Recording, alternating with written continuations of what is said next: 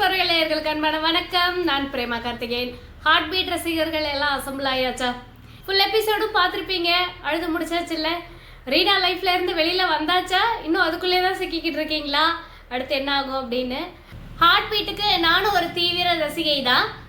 இந்த எபிசோட்லாம் டெலிகாஸ்ட் ஆகும்போது ஃபர்ஸ்ட் சீசன்ல எனக்கு ஒரு பயம் இருந்தது.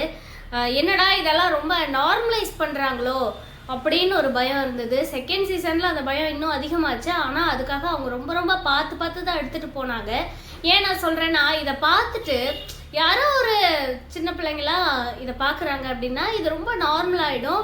நாளைக்கு ஏதோ ஒரு தப்பே நடந்தால் கூட ஃப்யூச்சரில் அவங்க எப்படி நினைப்பாங்கன்னா எல்லாரும் அக்செப்ட் பண்ணிக்கணும் அப்படின்ற ஒரு ஸ்டேஜில் தான் அவங்க இருப்பாங்க. ஏன் தேவே அக்செப்ட் பண்ணிக்கிட்டாங்க, அவங்களுக்கு எல்லாம் என்ன அப்படின்ற ஒரு தாட் அவங்களுக்குள்ள வந்துடும்.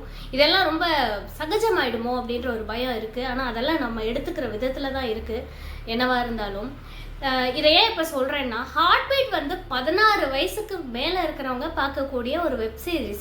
இன்னைக்கு தொடர்ந்து 2 நாளாக இன்ஸ்டாகிராமில் பார்த்தா சின்ன குழந்தைங்க ரீனாவுக்கு அடிபட்டுச்சு, ஆக்சிடென்ட் ஆகிடுச்சின்னு உட்காந்து அழறாங்க. அர்ஜுன் ஃபேன்ஸ், ரீனா ஃபேன்ஸ்னு குட்டி குழந்தைங்க ஆட்டம் போடுறாங்க.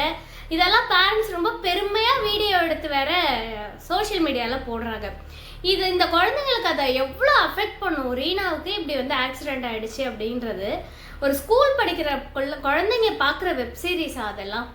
ஸோ அதெல்லாம் பொறுப்பாக இருங்க பேரண்ட்ஸ். நீங்கள் பாருங்கள், என்ஜாய் பண்ணுங்கள்.